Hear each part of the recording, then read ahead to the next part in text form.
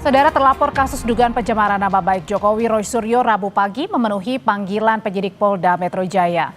Dan ini adalah pemeriksaan pertama bagi Roy Suryo sebagai saksi sejak kasusnya naik ke tahap penyidikan. Roy jelaskan ia tidak membawa berkas bukti apapun karena merasa dirinya tidak melakukan kesalahan.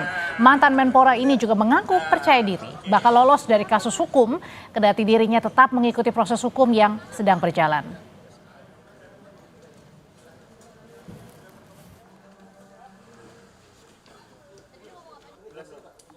Sebuah laporan yang salah, sebuah laporan yang konyol, ya banyak sekali kesalahan dan harusnya sebagai Kapolda Metro Jaya yang baru, ya Bapak Irjen Asep, ya tolong koreksi anak buah Anda, ya anak buah Anda menjalankan tugas yang tidak semestinya. Terus sejauh ini PD nggak salah di kasus ini ya? Optimis kalau tidak salah. Oh iyalah, gitu justru kami makanya berani menerbitkan buku itu dengan benar, gitu ya, gitu. Saya kira itu dulu, ya. Dalam pemeriksaan kliennya, kuasa hukum Roy Suryo menyinggung ada upaya penyelundupan hingga penghilangan pasal-pasal sehingga pihaknya menduga ada kriminalisasi yang dilakukan penyidik karena berubah-ubahnya pasal. Selain itu, pihak Roy juga mempertanyakan perubahan waktu dan tempat terjadinya peristiwa yang berubah dari tahap penyelidikan naik ke penyidikan. Di awal diselundupkan pasal-pasal yang tidak relevan, pada penyidikan dikeluarkan pasal-pasal yang sebelumnya masuk pada proses penyelidikan kemudian dikeluarkan. Apa itu? Yang pertama ini kan kasusnya 311, 310 KUHP dan 27A yang berkaitan dengan fitnah dan pencemaran. Tapi tiba-tiba dimasukkan ada pasal 35 dan 32 Undang-Undang ITE yang ancamannya 12 tahun dan 8 tahun begitu. Memang pasalnya 310, 311 dan 27A tentang pencemaran dan fitnah nggak relevan, nggak boleh diterima pasal 35. Dan disitulah ya ada intensi yang jahat dari pelapor yakni Saudara Joko Widodo ingin ya agar orang yang tersangka dengan status walaupun pencemaran karena ada pasal 35-nya itu bisa ditahan. Walaupun nanti di pengadilan nggak terbukti 35-nya, yang penting dalam proses penyidikan bisa untuk nahan. Ini jahat ini. Saya nggak tahu, mereka ini sangat ngotot bahwa ijazah itu palsu. Tapi mereka sendiri juga mengaku tidak pernah melihat ijazah tersebut. Mengaku tak membawa berkas maupun bukti tambahan, terlapor kasus dugaan pencemaran nama baik Jokowi Roy Suryo menjalani pemeriksaan perdananya setelah laporan Jokowi naik ke tahap penyidikan. Meski Roy mengaku optimistis lolos dari jeratan hukum, politisi PSI Ade Armando menilai bila nantinya polisi menemukan bukti Roy CS pernah mengklaim ijazah Jokowi adalah palsu, maka status Roy dan kawan-kawan dipastikan naik jadi tersangka. Terasa sekali bahwa apa yang dituduhkan oleh Bung Roy Suryo dan kawan-kawan itu memang tidak berdasar ya. Tuduhan mereka bahwa ini adalah sebuah ijazah palsu itu sangat lemah. Bukti-buktinya ya. Nah sekarang tinggal polisi kalau mereka memang menemukan bukti-bukti yang menunjukkan bahwa pernyataan yang berisi tuduhan bahwa ini ijazah palsu itu adalah sesuatu yang benar adanya, bahwa memang pernah dinyatakan oleh Bung Roy atau oleh Bung Risman atau Dr. Tifa, maka wajar sekali kalau itu dinaikkan ya menjadi para tersangka di pengadilan ya. Namun Roy yakin pintu masuk meneliti keaslian ijazah Jokowi yakni dengan menguji keaslian skripsi, di mana Roy mengklaim skripsi Jokowi tidak ada lembar pengesahan ujian. Gini, jadi orang yang pernah kuliah, apalagi Bang Ade ini kan pernah dosen, saya dulu pernah ngajar bareng sama dia ya gitu. Jadi artinya kita tahulah seseorang yang mau lulus itu kalau mau terbit ijazah itu pasti timbul karya terakhir, karya ujiannya. Kalau itu S1 yaitu adalah skripsi, kalau itu S2 yaitu disertasi, tesis, kalau S3 yaitu disertasi. Nah nggak ada yang namanya skripsinya Jokowi itu lembar pengesahan ujiannya, nggak ada. Saya udah pegang skripsinya, skripsi asli. Ijazahnya Bung Roy, ijazah. Nggak ada lembar pengujiannya. Loh iya, skripsi yang tidak ada lembar pengujiannya, dan Prof. Sofyan Effendi juga mengatakan, dan banyak dosen lain mengatakan skripsi itu nggak pernah diuji, ya berarti nggak lulus. Orang yang nggak lulus skripsinya, nggak lulus pendidikannya, nggak dapat ijazah lah. Secara maraton, penyidik Polda Metro Jaya mulai memanggil sejumlah saksi dari pihak terlapor. Selasa kemarin, polisi sudah periksa seorang jurnalis, aktivis perempuan, dan seorang YouTuber. Pemeriksaan para saksi terus berlanjut hingga Jumat nanti. Tim Liputan Kompas TV. Roy Suryo kembali diperiksa sebagai saksi atas 5 laporan terkait kasus ijazah Jokowi. Pertanyaannya, akankah kali ini Roy Suryo bakal ditetapkan sebagai tersangka? Kita bahas bersama kuasa hukum Roy Suryo CS, Jahmada Girsang. Selamat sore Bang Jahmada. Selamat sore Andri. Dan ada juga Wakil Ketua Umum Jokowi Mania, Andi Aswan. Mas Andi, selamat malam. Selamat sore maksud saya. Ya, masih belum dibuka, Mas Andi. Saya mau ke Bang Jahmada dulu. Bang Jahmada, apakah Anda yakin bahwa klien Anda, Roy Suryo, ini bakal dapat lolos dari jeratan hukum? Oke, terima kasih Audrey ya dan rekan Andi Aswan yang ada di Zoom. Kami selaku kuasa hukum tentu yang pertama setiap menangani perkara itu keyakinan itu nomor satu. Nomor satu dong. Keyakinan yang mana Bang? Keyakinannya kami sampai sekarang klien kami akan bersih. Dari tuduhan atau laporan laporan aduan dari Pak Jokowi pasal 310, 311 awalnya itu kami akan buktikan bahwa itu bisa kita sangkal gitu loh. Itu kita bisa patahkan. Hanya sekarang berkembang seperti yang katakan oleh rekan tadi di TV sampai 12 orang sekarang katakanlah terlapor itu menurut kami juga masuk dalam kriminalisasi gitu. Memang pembuktiannya apa saja yang dibawa hari ini oleh Mas Roy diperiksa di penyidik? Pembuktian hari ini boleh dikatakan seperti yang sebelumnya aja. Hampir sama waktu dengan klarifikasi. Kurang lebih 1 bulan lalu. Ya waktu itu memang kita tidak bawa bukti. Waktu klarifikasi kita hanya ingin dari pihak yang mengklarifikasi penyidik saat itu. Apa yang kita ditampilkan ke kita. Ke klien kami. Sepertinya pemanggilan penyidikan saat-saat sekarang ini dimulai Selasa kemarin, hari ini, besok dan Jumat, hal yang sama juga diulang. Nah, cuman kita Tapi kan mau ini sudah naik ke tahap penyidikan kali ya. Sekarang tahap penyidikan panggilan kedua kan. Gitu loh. Kita turutin panggilan pertama kemarin kita tidak ikutin karena menyangkut kegiatan klien kita untuk 17 Agustus dan penerbitan buku. Gitu. Oke, kalau dari Anda sendiri yakin ya bahwa Roy Suryo ini tidak lolos ya dari jeratan hukum? Saya mau tanyakan kalau gitu ke Bang Andi. Bang Andi, selama ini kan pihak Roy klaim ya bahwa kerja-kerja mereka adalah kerja penelitian sehingga tidak tepat dipolisikan dan ini merupakan upaya kriminalisasi, bahkan tadi dibilang bahwa ada intensi jahat. Tanggapan Anda, Mas Andi? Ya, menurut saya ini bukan masalah kriminalisasi di sini. Ini kan sudah jelas. Ya, mens reanya juga ada di sini. Hanya ini dibalik dibungkus dengan penelitian-penelitian. Tapi pada dasarnya itu semua itu bukti-bukti kan sudah ada gitu di tangan penyidik. Jadi apapun yang dilakukan itu saya pertama-tama menghormatilah apa yang dilakukan oleh Pak Roy Suryo ya dalam hal ini menghadiri acara pemeriksaan ini yang sekarang.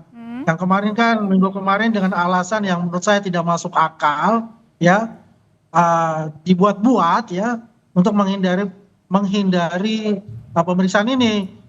Buktinya ya tanggal 18 itu juga menghadiri buku Jokowi White Paper itu ya yang notabene ditolak oleh UGM itu sendiri.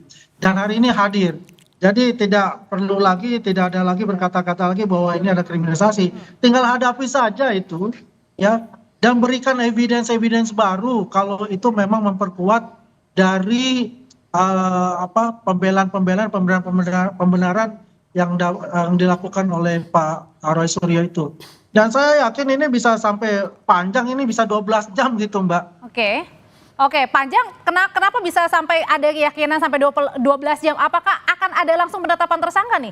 Dapat kabar nggak nih Bang? Ya kita lihat aja. Kalau kemarin Abraham Samad beda 10 jam, ya kalau dia kan bukan saksi terlapor utama menurut saya. Ya yang ini kan yang pemain utama semua ini. Ibaratnya kalau di dalam drama itu primadonanya semua ini kan. Nah ini pasti akan membutuhkan suatu intensitas pertanyaan-pertanyaan itu yang jadi artinya ini ada keyakinan bahwa akan ada penetapan tersangka? Sepertinya saya tidak akan mendahului dari penyidik ya. Ya sepertinya kalau memang itu ada alat bukti yang sangat kuat sekali dan memang pasal-pasal yang memberlakukan itu harus ada penahanan, saya rasa akan dilakukan oleh penyidik. Oke, ada kemungkinan akan ada penahanan dan ditetapkan sebagai tersangka Bang? Pak Audrey dan Iya, rekan mungkin Andi, saja itu akan saya kira dilaksanakan. untuk itu proses klarifikasi penyidikan sampai nanti selanjutnya, kalau koridor itu memang ada, kemungkinan ada, tapi kami yakin, jangan lupa pasal-pasal yang sekarang ada dituduhkan atau disodorkan ke klien kita itu, pasal-pasal itu sebenarnya sudah juga disentuh oleh putusan Mahkamah Konstitusi 155 dan 78 loh.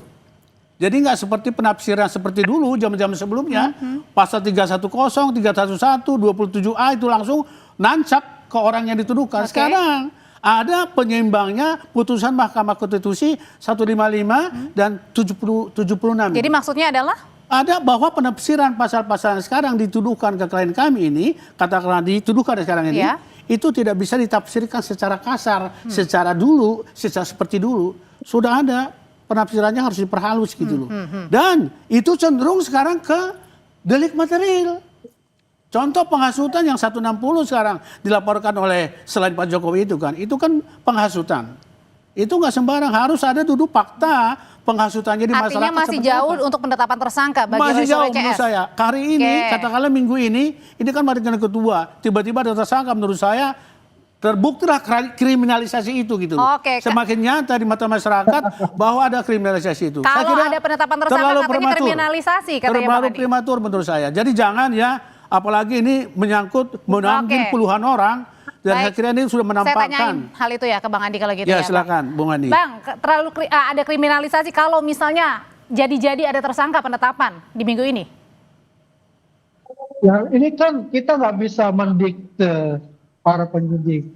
Para penyidik kan mempunyai alasan-alasan tentu kalau itu diadakan penahanan pada hari ini juga.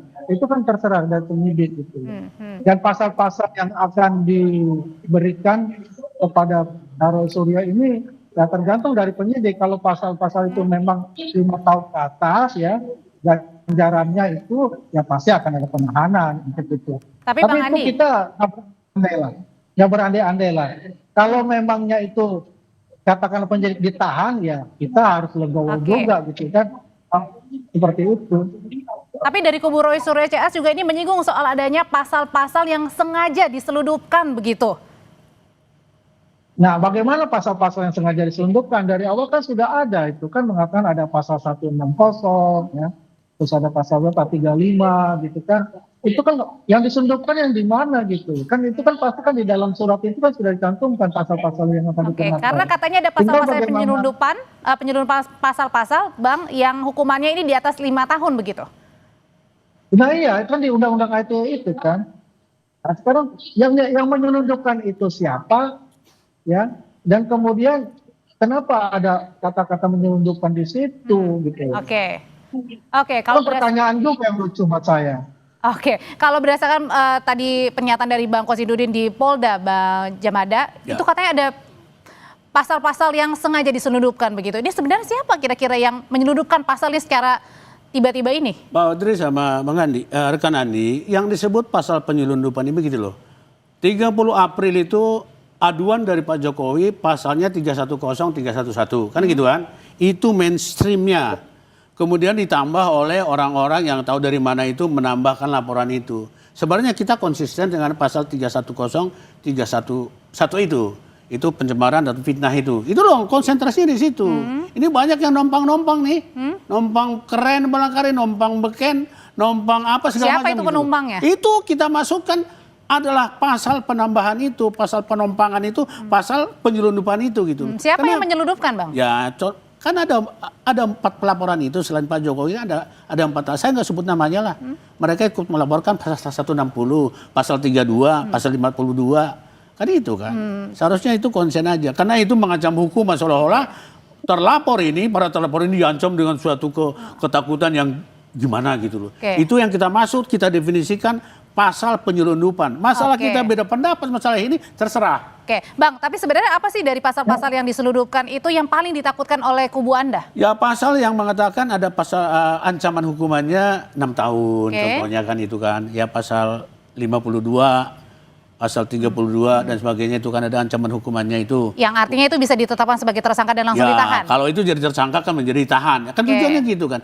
Sedangkan pasal 310, 311 itu ancaman hukumannya 311 itu maksimum 4 tahun. Kalaupun terbukti gitu loh. Kalau kita konsen di situ kan belum tentu ada penahanan. Dibuktikan dulu. Jangan ada satu lagi di senjata kita loh. Hari ini klien-klien kita kan diperiksa nih di Polda Metro Jaya. Ada yang mengatakan, bukan ada yang mengatakan, memang dalam pemeriksaan itu harus ada keseimbangan loh. Oke. Kita yang terakhir adalah tunjukkan dulu juga ijazah aslinya, baru lanjutkan penyelidikan gitu loh. Oke. Jadi jangan lupa itu. Oke, jadi Bang. balance gitu loh ya. Oke, katanya Bang, ini ada yang memasukkan begitu dengan sengaja pasal-pasal. Siapa sebenarnya? Emang benar ada yang sengaja memasukkan pasal-pasal untuk menjerat Roy Suryo nih masuk tahanan? Ya, biar bagaimana mau pakai pasal 310, 311, kayak dan yang lain. Kalau memang terbukti ya pasti akan masuk tahanan gitu kan. Ya jelas ya, nggak main-main lah. Para penyidik ini dalam menentukan pasal-pasal yang dikenakan itu kan nggak main-main juga gitu. Banyak barang-barang bukti itu ya yang dikumpulkan ya dari Pak Jokowi sendiri, dari tim hukum Pak Jokowi sendiri, dari para relawan yang melaporkan, kan ada 4 ya, ada 4 perkara itu. Oke. Ya, masing-masing kan dimasukkan loh penyidik itu dari berdasarkan dari barang bukti oleh penyidik terima dari saksi pelapor-pelapor itu loh. Jadi apapun itu pasal dikenakan itu ya jangan kita bilang bahwa itu pasal penyelundupan. Tidak mungkin akan ada selundupan itu. Memang barang yang diselundup gitu. Oke, baik. Kan ada fisiknya itu barang. Oke, kita tangkap sudah. Terima kasih Bang Andi, terima kasih juga Bang Ya. Jahmada. Selamat sore semuanya. Oke, selamat sore. Selamat sore Mbak Dani.